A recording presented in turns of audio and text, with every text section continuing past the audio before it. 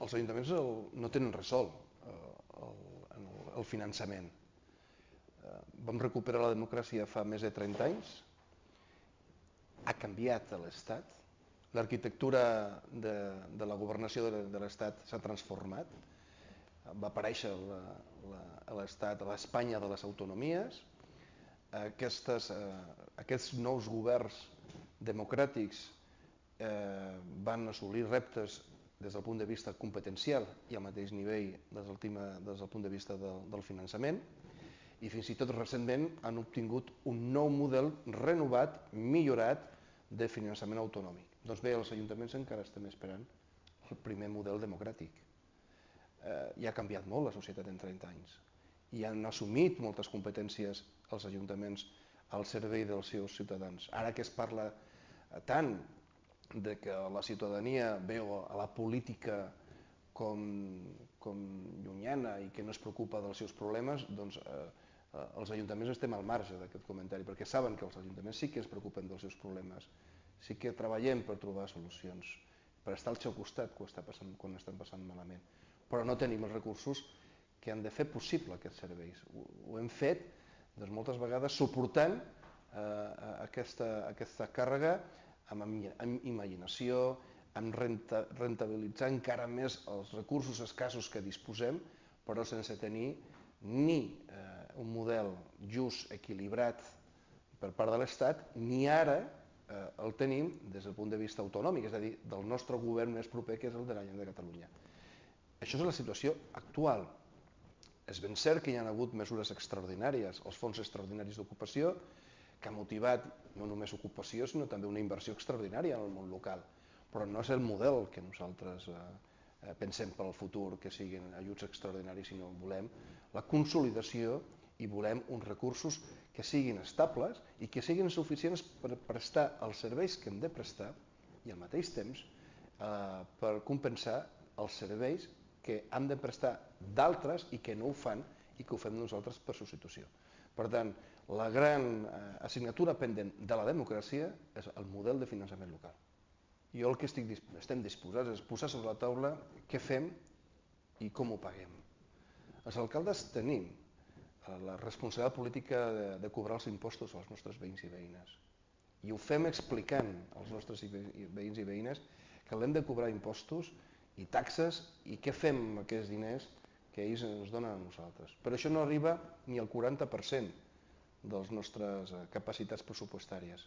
Però li ben asseguro que si per l'any 2011 no hi ha un nou model o no hi ha una fórmula que transitoriament, mentre no tinguem el nou model, ens ajudi a superar aquest període de crisi econòmica, li puc ben assegurar que a final de l'any 2009 serà dramàtic per molts ajuntaments, no només de Catalunya, sinó del conjunt de l'Estat, que no podran abordar no només el tancament de pressupost els darrers mesos, sinó fins i tot encara el 2011.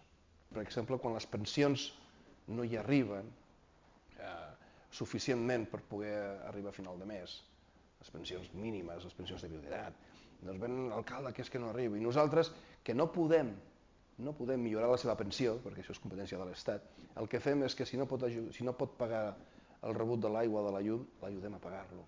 Si necessita tindre un servei domiciliari, li donem aquest servei. Jo crec que ningú està posant l'accent en que deixem de prestar aquests serveis.